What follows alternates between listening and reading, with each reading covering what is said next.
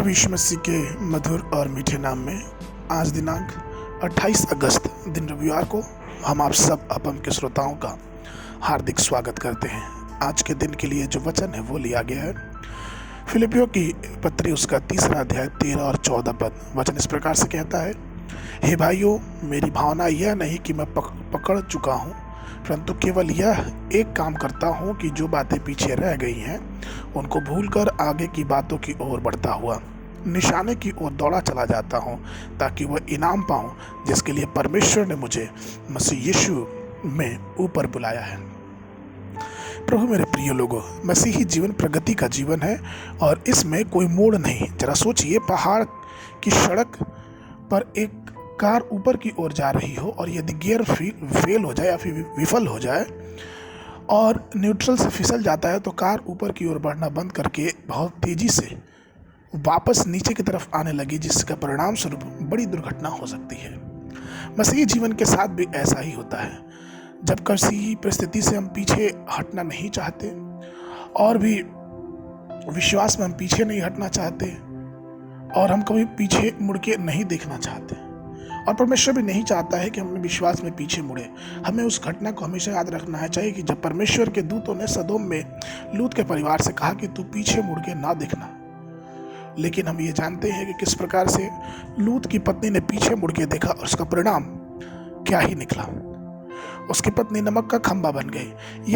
यह बात इस घटना को गंभीरता को दिखाती है कि मसीही जीवन में हमको पीछे मुड़ के नहीं देखना है। जब हम आगे बढ़ते हैं तो यहोवा हमारे आगे रहता है और परमेश्वर के संत और स्वर्गीय राज भी हमारे आगे है। परंतु यदि हम पीछे मुड़कर देखने लगते हैं तो हमारे पास केवल शैतान और उसकी मनोहर बातें होंगी जो हमको पीछे की तरफ ले जाएंगी। प्रेरित पौलुस उन बातों को भूल जाने के विषय में लिखता है जो पीछे रह गई हैं, उनके विषय में नहीं वरन जो आगे है उन पर पहुंचने के बारे में लिखता है। हाँ, मसीही जीवन में ऐसी चीजें हैं जिन्हें आपको भूलने की जरूरत है, ऐसी चीजें हैं जिन्हें आपको पीछे छोड़ने की जरूरत है। आपको अपनी सारी यादें, पिछली असफलताएं और पापों से आपको दूर होकर उन सबको छोड़ के और भूल के आगे बढ़ना है। साथ ही आपको उन चीजों तक आगे पहुंचना चाहिए जो आगे हैं। हमारे प्रभु मसीह की पवित्रता, उनका प्रार्थनापूर्ण जीवन और उनकी दिन सामर्थ्य की गंभीरता में आगे बढ़ते चले, तभी आप लक्ष्य की ओर आगे बढ़ सकते हैं। आप पहले ही समय के अंत में आ चुके हैं और यह आपके लिए पीछे मुड़कर देखने का समय नहीं है। पवित्र आत्मा और उनके आने की दृष्टि आपको आगे बढ़ते रहना है। इन अंतिम समय में आपको उन चीजों को आगे बढ़ाने के लिए अपने प्रयासों को दोगुना करना चाहिए जो आगे हैं। तो प्रिय प्रभु में प्रिय लोगों, आपके दिल की लालसा प्रभु के आने की योग्य होनी चाहिए। आपको दौड़ जीतकर समाप्त करनी है। आपको प्रेरित पौलुस के साथ यह कहने में सक्षम होना है कि निशाने की ओर मैं दौड़ा चला जाता हूँ ताकि वह इनाम पाऊं। इसलिए अपने दौड़ में आगे की आशीषों पे ध्यान दे, ना कि पिछले जीवन पे। आज के बनाने के लिए जो पद ली है वो लिया गया है 1 कुरिन्थियों की पत्री उसका 9 अध्याय 25 पद। और हर एक पहलवान सब प्रकार का संयम करता है।